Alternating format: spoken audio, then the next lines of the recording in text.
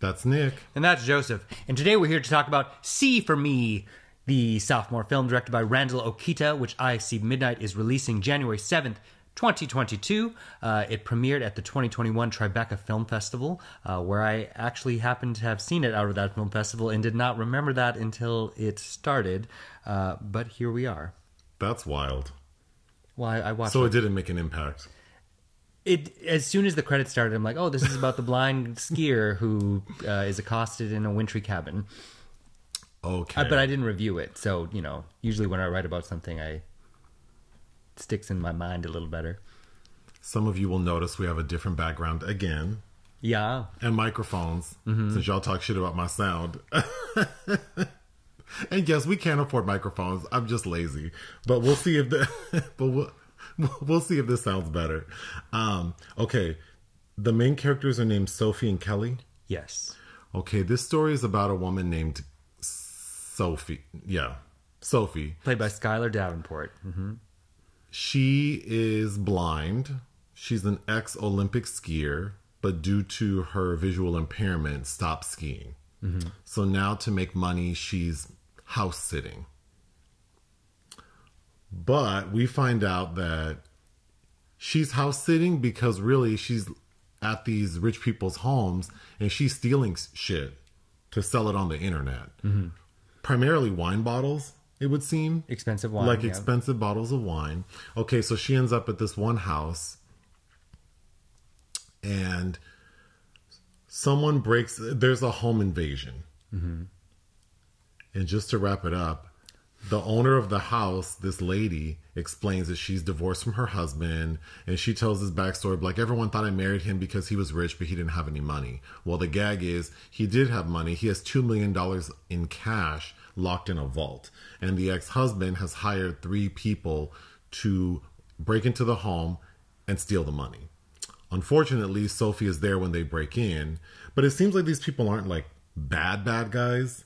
So their first thought is not to kill her, but they're trying to suss out what should they do with her when she says, oh, I can help you because I've already called the police and I can get the police to go away as long as you give me a cut.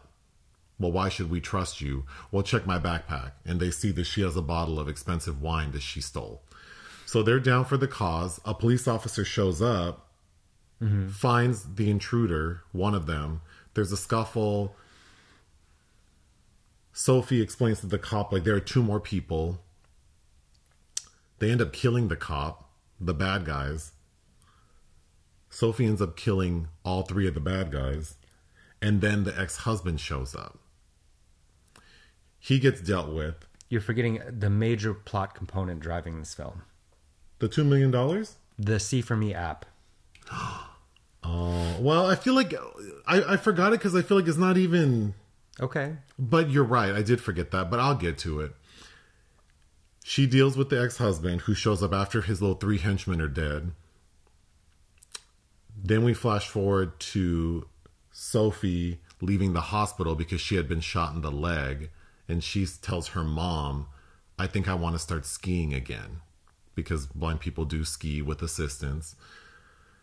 And the mom is like, oh, well, I guess I'll have to figure out how to pay for that.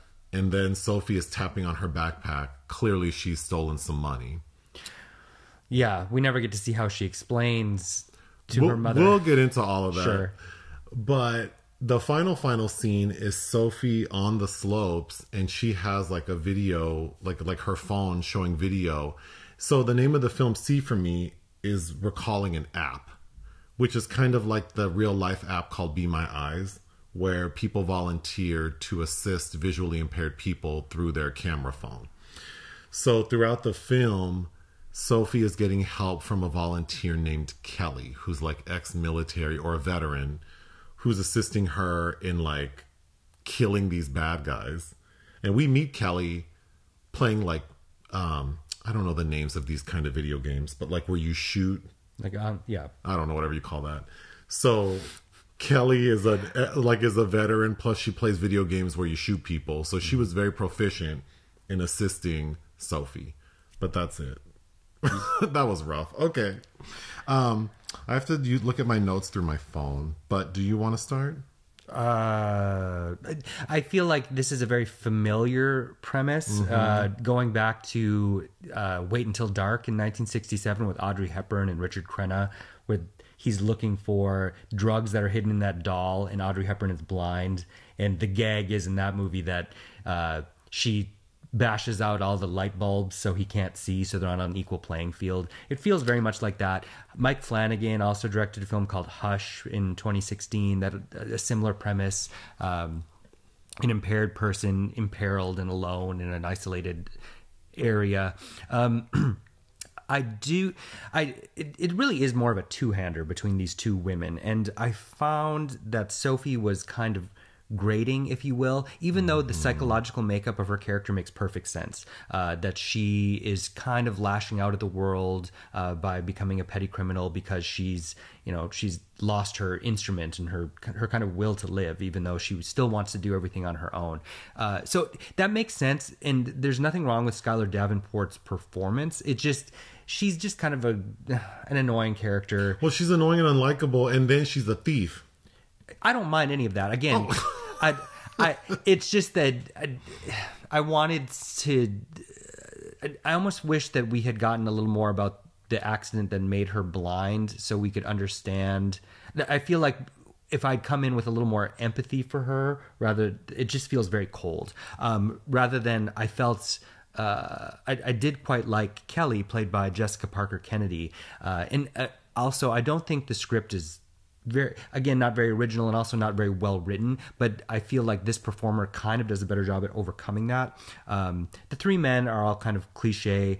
Kim Coates of Sons of Anarchy is playing Rico, the husband that has $2 million stashed in the house that he's stolen. But I don't understand why he has to go through this elaborate way to break into this cabin when he could have just gone and snuck in and taken the money himself. I don't remember if it explained that or not, and I've seen it twice. Yeah, I was also confused by that. I guess the wife, is that her cash in the safe? No, she has no idea. She doesn't know about it. So then, isn't there a combination? And why are the bad guys having to break into the safe? Wouldn't he know the combination? And because when they find the blind girl, when they find Sophie and they're trying to decide her fate, and they do discuss in front of her killing her, and Rico over the phone is saying, "No, you can't do that. She's useless." One of them makes a comment about how you're the only other person that knows about this money, or there's no one else that could know about this, so he would automatically be implicated. I don't know. I just felt some confusion. And going back to Skyler Davenport, I think what was kind of grating to me about her is she felt very much like Anna Kendrick when she's playing an unlikable person. Oh, I could see that. Should I go through my notes? Yes. So when Sophie shows up at this house, which is a beautiful chateau in the mountains, it almost feels like you're in Aspen, somewhere Mariah Carey would stay. But this beautiful, beautiful woman, rich lady with her beautiful outfit on, who hired Sophie through an app, it would seem doesn't know her at all. It's just this random person she selected. So my first thought was does she know this lady was blind who she hired? I feel like she does know. But the lady's acting very familiar towards her. She is. Yes. That really threw me off. Because that's a whole ass stranger in my house. Yeah, see, I feel like there needed to be a little more setup about explaining. Because we just meet Sophie as she's packing up her stuff. And she's literally going to sneak out of the house and get a taxi and not even tell her mother. And when we meet her mother, I swore that was her sister. Okay. So I don't know if I think Sophie looks elderly or the mom is just too young. But they don't read as mom and daughter. It could be that the mom seemed too young. But, yeah. I find it funny that Randall Okita's first movie, which I haven't seen, is called The Lockpicker. Which I feel must be thematically related. Sophie has a friend, a male friend. Cam, who assists her because she's very reluctant to getting help. And we see her with the cab driver and with the woman of the house whose house she's house sitting be very I don't need your help, I can do it. Clearly, bitch, you cannot do it. But then we see her get on the phone and talk to Cam, and she opens up her like video, and he's explaining to her the house, like how many steps here and how many doors, and then they get into the wine cellar. And he tells her what it is, and he looks it up and says, oh, that bottle of wine you're holding retails for $4,500.